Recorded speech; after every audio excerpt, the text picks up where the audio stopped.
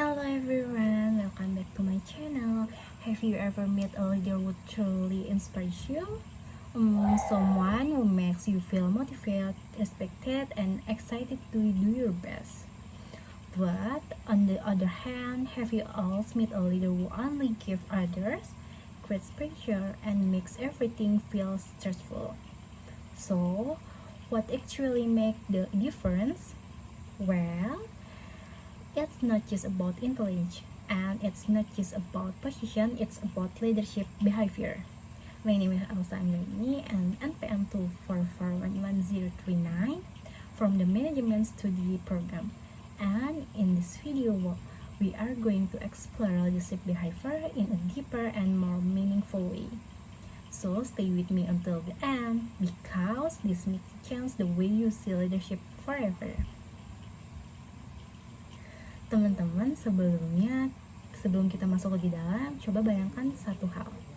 Kalau suatu saat nanti kalian menjadi seorang pemimpin, entah itu di organisasi kampus, di tempat kerja, atau bahkan dalam kehidupan kita sehari-hari, kira-kira kalian ingin dikenal jadi pemimpin yang seperti apa sih? Apakah yang tegas? Atau yang santai? Atau juga yang menginspirasi? Nah, semua itu berkaitan dengan yang namanya perilaku kepemimpinan. Perilaku kepemimpinan adalah tindakan, sikap, cara berbicara, cara mengambil keputusan, dan cara memperlakukan orang lain yang dilakukan oleh seorang pemimpin dalam menjalankan perannya. Artinya, kepemimpinan itu bukan cuma soal memberi perintah, tetapi juga tentang yang pertama adalah bagaimana tentang kita mendengarkan, bagaimana kita memproses masalah, dan bagaimana kita memperlakukan tim kita. Karena pada kenyataannya orang tidak hanya mengikuti apa yang kita katakan, tetapi mereka juga lebih melihat apa yang kita lakukan. Sekarang kita masuk ke jenis-jenis perilaku kepemimpinan yuk. Dan kita bahas lebih dalam contoh nyata supaya lebih mudah dipahami nih. Yang pertama adalah kepemimpinan otoriter. Dalam gaya ini, pemimpin memiliki kontrol penuh terhadap semua keputusan, tindakan, tidak ada diskusi, tidak ada juga musyawarah. Bayangkan seorang ketua tim yang berkata, kita akan melakukan ini, dan semua harus ikut, tanpa bertanya pendapat anggotanya. Gaya ini sering dianggap keras, tetapi sebenarnya juga tidak terlalu buruk kok. Dalam situasi tertentu, misalnya kondisi darurat, deadline yang sangat sempit, atau situasi krisis, gaya ini justru sering sangat dibutuhkan. Karena keputusan yang cepat tidak ada waktu untuk diskusi panjang. Namun, digunakan terus-menerus, dampaknya juga bisa dapat negatif loh. Yang pertama tuh anggota tim bisa juga merasa tidak dihargai, tidak didengar, dan juga bahkan kehilangan motivasinya. Dalam jangka panjang, tim bisa menjadi pasif dan hanya menunggu perintah. Yang kedua adalah kepemimpinan demokratis. Berbeda dengan kepemimpinan otoriter, gaya ini lebih terbuka. Pemimpin mengajak anggota tim untuk berdiskusi, berbentuk ide, atau bertukar ide dan bersama-sama mengambil keputusan. Misalnya, seorang ketua kelompok berkata, menurut kalian, cara terbaik menyelesaikan tugas ini bagaimana sih? Di sini, semua orang punya kesempatan untuk berbicara. Dampaknya sangat positif, tim merasa dihargai, muncul banyak ide, juga suasana kerja menjadi lebih nyaman. Namun, ada tantangannya juga loh, karena terlalu banyak pendapat, proses pengambilan keputusan bisa menjadi lebih lama. Dan jika tidak dikelola dengan baik, bisa menimbulkan konflik. Yang ketiga adalah kepemimpinan laissez-faire. Gaya ini disebut juga dengan gaya bebas. Pemimpin memberikan kepercayaan penuh kepada tim untuk mengatur pekerjaan mereka sendiri. Misalnya nih, seorang leader hanya mengatakan, saya percaya ya pada kalian untuk menyelesaikan ini dengan cara kalian sendiri.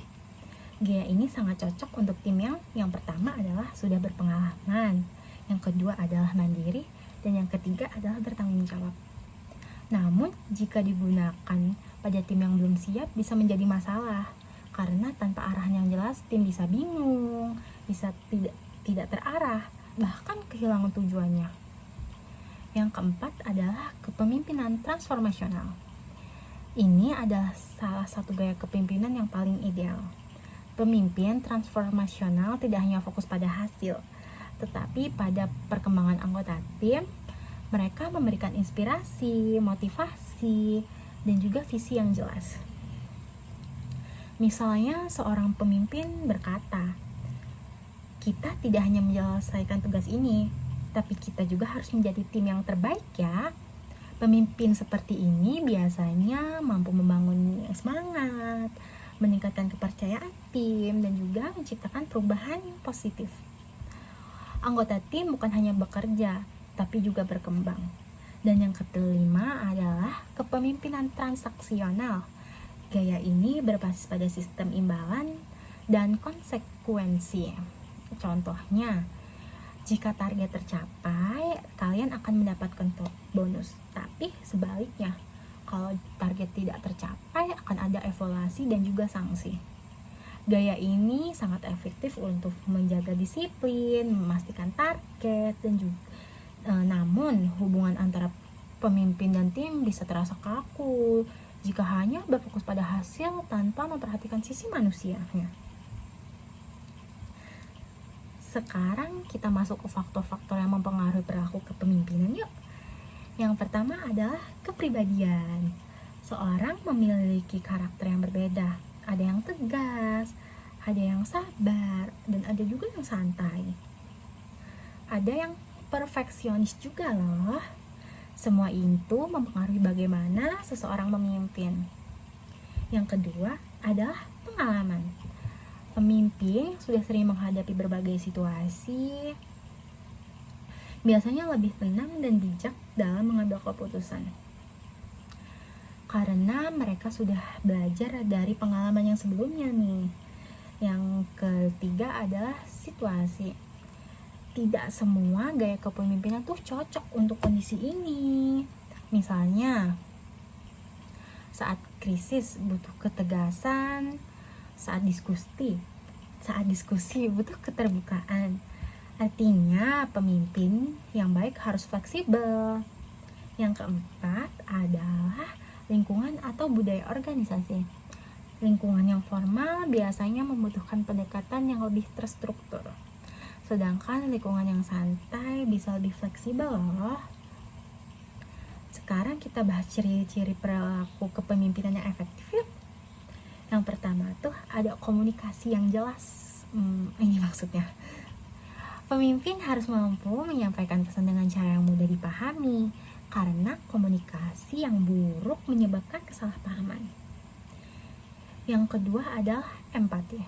Pemimpin harus mampu memahami kondisi anggota tim, karena setiap orang mempunyai masalah dan tantangannya masing-masing. Yang ketiga adalah konsistensi. Pemimpin harus memiliki sikap yang stabil, tidak berubah-ubah tanpa alasan, karena ketidakpastian bisa membuat tim jadi bingung loh. Dan yang keempat adalah memberi contoh. Pemimpin yang baik tidak hanya menyuruh anggota timnya saja, tetapi juga melakukan apa yang mau dikasih nih kepada anggota timnya, karena tindakan selalu lebih kuat daripada omongan atau kata-kata. Sekarang kita lihat contoh sederhana dalam kehidupan sehari-hari ya. Misalnya nih di kampus, ketua kelompok yang sering selalu mengajak diskusi adalah contoh pemimpin demokratis. Ketua langsung membagi tugas tanpa bertanya adalah otoriter, sedangkan yang membiarkan anggota mengatur sendiri adalah laissez-faire. Teman-teman, dari semua pembahasan ini kita bisa memahami satu hal yang penting. Tidak ada satu gaya pemimpinan yang selalu paling benar. Pemimpin yang hebat adalah mereka yang mampu menyesuaikan perilaku mereka dengan situasi, kondisi, dan kebutuhan tim. Karena pada akhirnya kepemimpinan bukan tentang kekuasaan, tetapi tanggung jawab. Dan tentang bagaimana kita bisa membawa orang lain berkembang bersama menuju tujuan yang sama. Okay, so leadership is not about being the boss, it's about being someone people trust, respect, and want to follow. Now I'll think about this. If one day you become a leader, will people follow you because they have to, or because they truly want to? Thank you so much for watching. I'm Elsa Anggraini, and I hope this video gives you a new perspective about leadership. Don't forget to like, share, and subscribe. So see you in the next video. Bye bye.